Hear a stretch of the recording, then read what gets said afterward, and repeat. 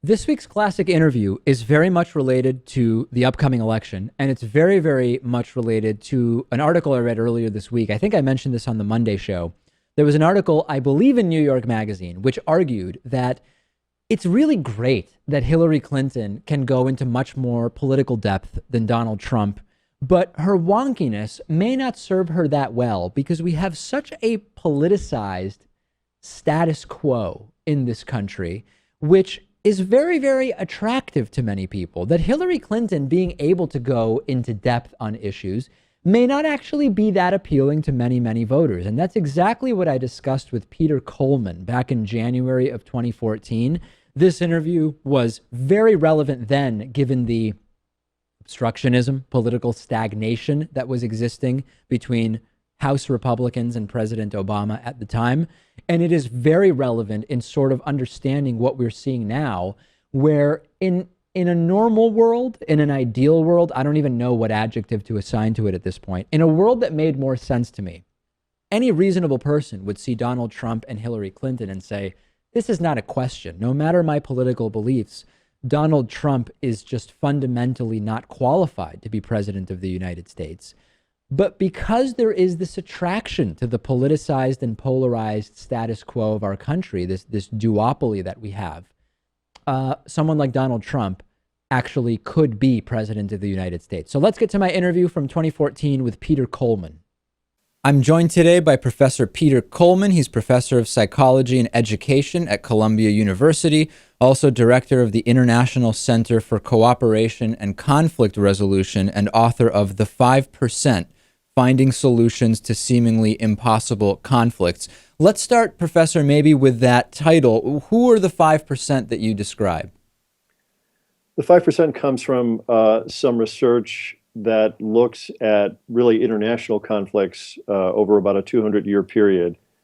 And what researchers have found is that if you look at all of the conflicts that have taken place really between states and nations in that time, a very small percentage of them, about 5% of them, get stuck into kind of an ongoing, very polarized, destructive dynamic that sometimes lasts 40, 50, 60 years or more. And they are unresponsive to typical attempts to resolve them, diplomacy, mediation, negotiations. There's some evidence that those types of strategies actually make them worse. So it's those 5% of conflicts that we study in the international domain, but we also see evidence of these types of dynamics that take place in domestic relations and political dynamics here, in the pro-life, pro-choice, conflict in some communities, et cetera. So, okay, so that gives us a sense. So I guess you kind of started to answer what was going to be my follow-up, which is, speaking domestically, you talked about pro-choice, pro-life. What other issues would kind of fall within these seemingly intractable conflicts domestically?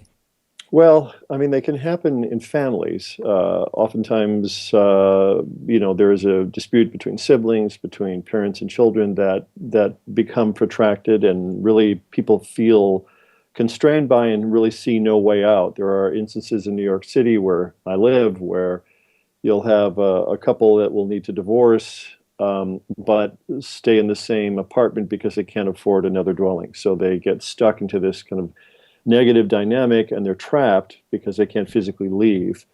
So those are the basic conditions, and they happen again in families, they happen in communities, they happen in universities, they happen at our university, where you'll see an ongoing dispute. Columbia University, where I teach, has had an ongoing dispute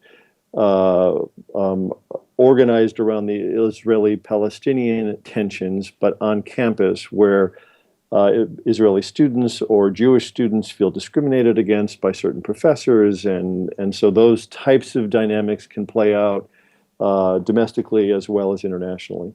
Thinking about so-called kind of partisanship in the context of American politics since the Civil War, Yep. have there been changes in the amount of so-called bipartisanship, or the two sides, the Democrats and Republicans working together over time, or has it been roughly the same? Yeah, no, there has been considerable changes. Again, there's data on this over several generations, a couple of centuries, going back to before the U.S. Civil War. And the data looks at really whether Republicans and Democrats will cross the aisle and support a bipartisan bill or support a bill proposed by the other side.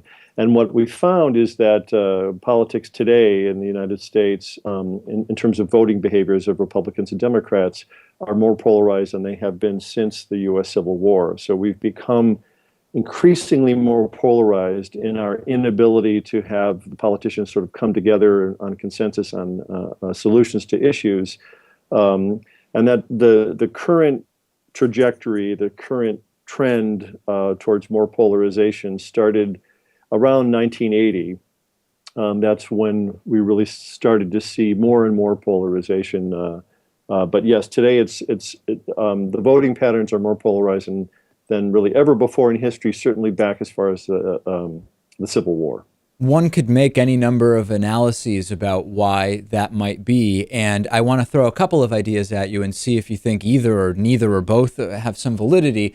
Some people email me and they say the reason why we don't get anywhere is politically between Democrats and Republicans is because there are only Democrats and Republicans. There is this two-party duopoly status quo, and that the injection of some viable third party would shake up this it's either one or the other kind of alternatives and force politicians to work together or to create more alliances. There's another side altogether which emails me and says it's not so much about a third party, but it's kind of like a game theory discussion where there's almost no advantage to elected officials to be bipartisan because they've got their next election to think of. They raise money in great part because of these partisan issues that you talked about. Are either of these kind of evaluate either or both of those ideas?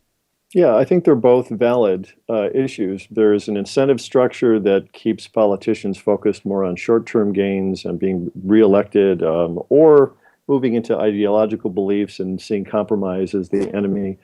There are, in fact, many good arguments for why we are as stuck as we are. What we believe is that it's really some combination of all of those things that creates basically a set of constraints on politicians that really trap them and force them to sort of behave in a certain way that's consistent with the structure of the system. So what does that mean? That means that even though politics in this country the polarization of politics could be traced back to things like gerrymandering, to money in politics, the impact of lobbying, to religious beliefs, or to more fanaticism, to sort of the extremes, both parties driving the parties. All of those things are valid arguments. But what we believe is that somehow these things have sort of come together and support each other in complex ways.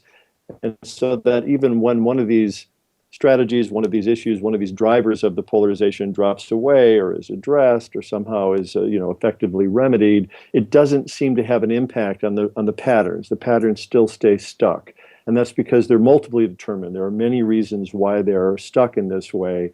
And a lot of the typical solutions that people try to introduce don't seem to have much impact. I know that at the State of the Union, not this year, but a couple of years back, the congressmen decided to sit not across the aisle from each other for the State of the Union, but sit next to each other. And right. There was a lot of ridicule regarding that strategy. But what that reflects is the fact that there is this change in the culture of Washington, where it used to be that politicians would move their families to D.C. and their families would go to school together and their kids would hang out together and they would have other kinds of contact other than the sort of disputes that they would face daily.